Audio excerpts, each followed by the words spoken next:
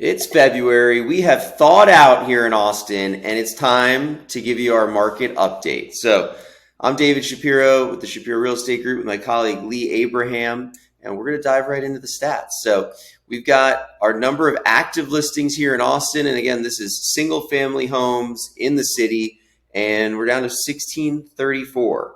So, you can see how that spiked in the middle of last year. And it's just seasonally and pretty normal for listings to be down over the winter. They start to pick up here pretty soon. So you can see, going back to March of last year, March, April, May, they picked up a little bit into June, and then interest rates started to rise. So they took off pretty significantly. So we're anticipating the number of active listings will go up here in the coming couple of months, and we will keep you updated on that. Next, we've got the monthly housing inventory. Lee, you want to talk about this? Yeah, so when we look at the monthly housing inventory, we start with how many listings are there active today. And then we look at absorption based on how many average sales per month have there been over the past 12 months, the past 3 months, and then the past 30 days. And you can see the number of sales per month dwindling down. The 12-month average was 760 sales a month. And when you have 1,634 listings, that gives you just over a 2-month inventory. But heck, you look at the 3-month, 504 sales per month average, you're looking at a 3.2 month inventory. And then the big drop in sales volume over the past 30 days, 385 sales, that would indicate a monthly housing inventory of over 4 months, David. Yeah, I think this is pretty striking to see how the number of sales per month has dropped so drastically from a year ago till today, right? So this is the average. So clearly a year ago, that number was much higher. So here we have the 30-day monthly housing inventory going back to January of 2022. And so you can see we had a pickup in sales and we had low inventory. So last month it went down a little bit, but we're back up here into the 4+ months of inventory range. Now, one thing I'll point out, David, is that this past month in particular, there's been a real divergence in the numbers if you're calculating monthly housing inventory based on closed sales, which is what we're reflecting here, versus pending sales, which is what we do on our barometer. And the barometer report we've been circulating weekly. We're getting great feedback and interest in that report. That uses pending sales. And what we're going to see is that the pending sales are way up. So spoiler alert, these numbers are inflated in terms of the monthly housing inventory based on closed sales, when in fact, real-time numbers that we'll look at in a little while indicate a much more robust pace of sales. Yes, this being a lagging indicator. Right. And if you're interested in getting that weekly distribution of the barometer, which is a pretty brief email that Lee sends out every week to keep people really in tune with what's happening in real time. Great. If you're thinking about buying or selling, then shoot us an email, team@shapirogroup.co, and we'll get you added to that distribution. All right, let's talk about number of sales per month. So this is the one that I think has changed the most over the last year and a half, which is how many transactions are actually being completed. So at one point last month, we were down nearly 50%. In November, we were down 50%. And you can see year over year, still down 36%. And so I guess trending in the right direction, that the percentage it's going back towards what it was, but still less sales. And if you look at 385 sales in January, that's the lowest number on this entire 5-year data set. Right. So pretty interesting. And we anticipate this is going to go up just with seasonality. And we'll see, I don't know that we'll hit what we had, let's say, May of last year, 1,090 sales. Be surprised if we hit that number, but we shall see. Average sale price, David, is up. The average sale price is up. So it's been going back and forth, kind of pivoting around being a break-even sort of flat indicator. Last month it was down a few points. The month prior to that it was up a few points. Here we're up year over year 3.7%. To me, it's basically just an indicator of overall stability and the flat appreciation goes up a few points, down a few points. That really doesn't necessarily correlate to a specific house. These are industry averages for Austin. And so even month to month, about the same 3.8%. So generally good news. You can see the peak in May of 912,000. So we have some pretty large year over year numbers that have to be beaten here in order to keep the comps around average. So we will see what happens, but definitely a possibility that we continue to see some year over year declines like we did in December. Number of days it's taken properties to sell. Another metric that has changed significantly. So you can see we're up to 60 days, pretty similar to what it was in December. And these are numbers that we haven't seen since 2018, but they're not crazy out of the norm things that are scaring us.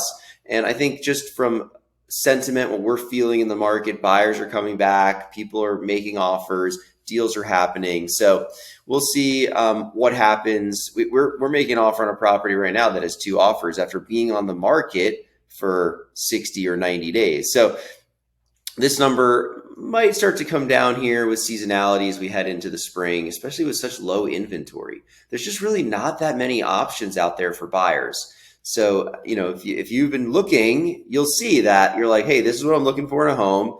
And there's like one house that fits that. So I anticipate that this number will come down a bit. On that topic, David, one of the things that we can do a value add for our buyers is going through the expired listings. As we noted, I think it was last month, there was a huge spike in expired listings. Properties that were on the market didn't sell, went off for the holidays.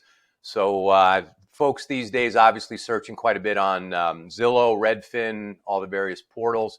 If you're not finding the type of properties that you're looking for, don't let that necessarily keep you out of the market.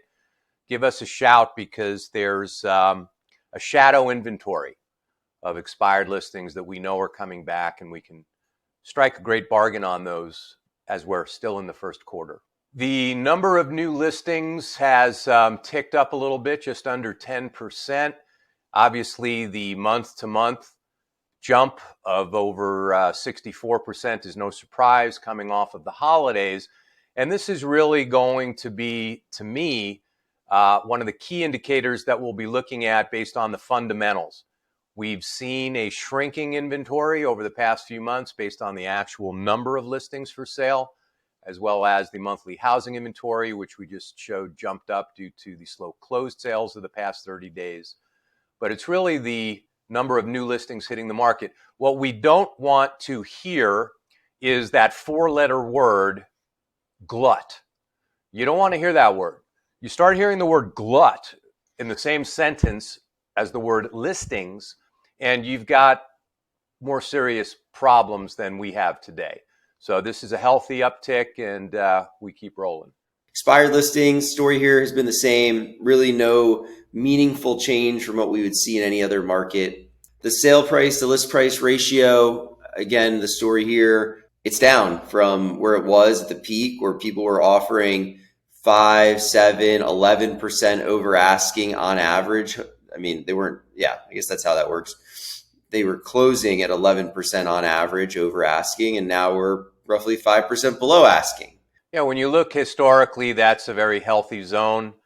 And I think that as time goes on, one of the variables in this voodoo statistic is that listing agents may become a little more accurate on their list price. So I think that's a big deal. And, when you have a rapidly appreciating market like what we've been through recently, it's, there's a science and there's an art to pricing property. And I think as those variables sift out and we have some clarity on what's happening in the market, hopefully the list prices that are out there will be closer to the market value and what properties actually sell for. All right, our listing inventory barometer. So, wow, take a look at this. So, David, you can highlight the pending sales column. So take a look at the pending sales column, and you can see over the past 4 weeks, there's been a lot more than 380 sales. So we looked at the closed sales early on from the past 30 days. It was like 384, something like that.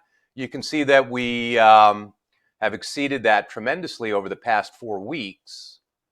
And as a result, as I mentioned, the actual monthly housing inventory is down. Here you can see the dynamic between the number of new listings hitting the market in any given week and then how many pending sales. So are there more listings than sales? In this particular case, the answer is no. For the past, what is it? 6 out of the past 8 weeks, there have been more sales than listings. And again, that's a healthy indicator. We'll see how that plays out over the next few weeks. As I mentioned at the outset, there's been a really big difference between the closed sales over the past 30 days, which is low, versus the pending sales of the past 30 days, which have jumped substantially.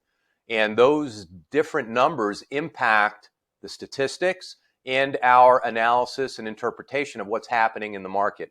So going forward, we're going to be releasing yet another innovative market statistic that measures real-time activity in the Austin Metro. So we'll be rolling that out, and now's your chance to get in as an early adapter on that market analysis. Yeah, go ahead and subscribe to Living and Thriving in Austin, our channel, and that way you get notified when our next video comes out. All right, so that was everything within the city limits. And so we've broken everything out. So those of you that are interested in the suburbs, Kyle, Buda, Cedar Park, everything surrounding Austin, what's going on there that's still within the metro area. So there's just more housing, more things happening. So that's why there's 6,000 active listings outside of the city compared to the under 1,700 in the city. And you can see the number of months of inventory. The trend is similar, but there's less sales. The number of months of inventory, it's about a month higher. So we were in the 4 range. Now we're up over 5 outside of the city. And the number of sales per month down about 30%. So that's pretty comparable. Just more sales though, because there's just more housing outside of the city limits. Average sales price down, I think similar trend, which is close enough that, this is just stability right now. We'll see what happens here over the coming months with this number. Certainly of very strong interest to many people to what happens with the average sale price. Days on market also up 168% year over year. Again, this number outside the city limits, it's actually still less. It's actually still less than what we were seeing several years ago. So nothing really of alarm here. The anomaly again was 2021 and 2022, early 2022. 12 days on market, that was the anomaly. 60 days on market, you can see that's actually more what we should be seeing. David, one thing I'll point out is a couple of industry standard benchmarks. 90 days on market is a balanced market typically, and that 6-month housing inventory is typically believed to be a balanced market. And as we look at these statistics, they're just moving in that direction. And it really is going to be interesting to see next month when we give our report how these numbers have evolved. What direction are they going and at what pace? Right now, things are continuing to move towards a stable, balanced market. Once it tips over 90 days, 100 days to sell, monthly housing inventory of 7 months, then we're going to be changing our forecast a bit. So we're monitoring this daily to track the market, and it's fascinating what's happening right now. So David, now we're looking at the number of new listings in the outside the city limits, and more than double the pace. So in town, it was just under 10% year over year increase. Here we've got over 23% year over year increase. If I'm comparing both markets, I'm getting a few more red flags in the outlying areas. The number of new listings relative to the number of sales is really the dynamic that we track. And this is something that we're going to keep a careful eye on. But clearly the inventory is growing outside the city limits more rapidly than in town. And it's interesting to see this because, when talking to investors over the last decade, my thesis has always been that Austin will likely appreciate a little bit higher than the outlying areas, and it'll hold up better in any sort of downturn. And we're seeing that here where inventory is just super low and prices are staying a little bit more stable. There's not as many new listings in the city as there are in these outlying areas. Everybody knows Austin in the country, right? Not as many people know about Buda, Cedar Park, but they will come and say, oh, I'm moving to Austin. I have a job in Austin. I want to live in Austin. And they'll end up in these outlying areas for varying reasons. You know, they want more space or their budget doesn't allow to be in the city. And maybe their office happens to be they're working at Dell and it's in Round Rock and they want to be up there.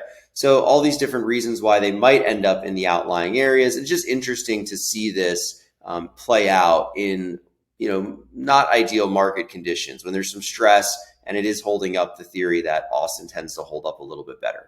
Well, clearly the percentage of expired listings is higher as compared to in town, and remains to be seen, as I said on the couple previous statistics, how this is going to shake out.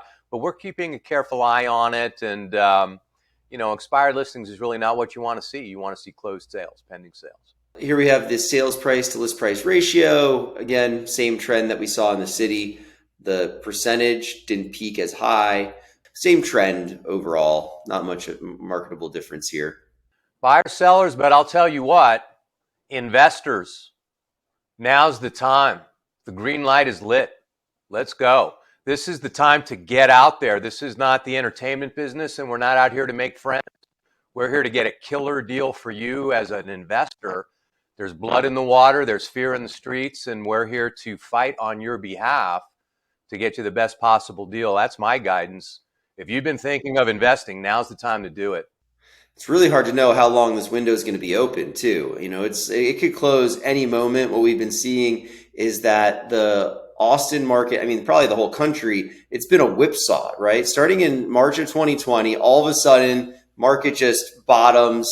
There's tons of buyers. People are scared. And then all of a sudden in May, whoop, people get out there and it takes off again. And it's just been doing this roller coaster for the last 3 years. So we hit the brakes last summer and things started to slow. Now we're getting to a point where there's some good deals out there. And those savvy investors that are willing to jump in are getting some phenomenal deals that we've seen over the last couple of months and continue to. But it's really hard to know when this is going to change. It could literally be any moment that all of a sudden a bunch of buyers start popping out there, and it's not the same dynamic. And that's what I anticipate, is that it's going to happen. It's going to happen quickly, whether it's next month or it's going to be a year from now.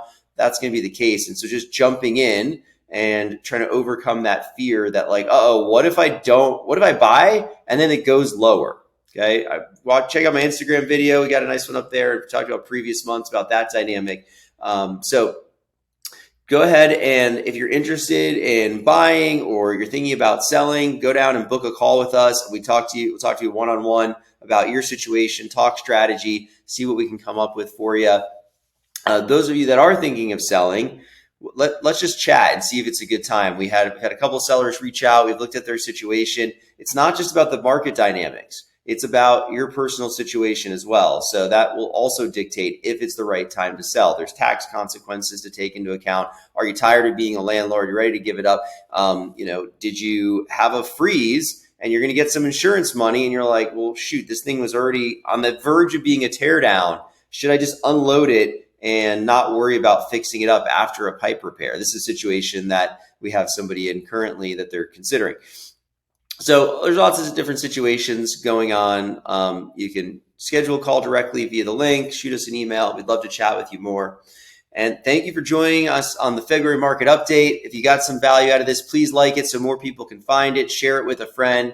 Go ahead and subscribe so you're updated about future videos. And we look forward to seeing you on the next video. Thanks, everybody.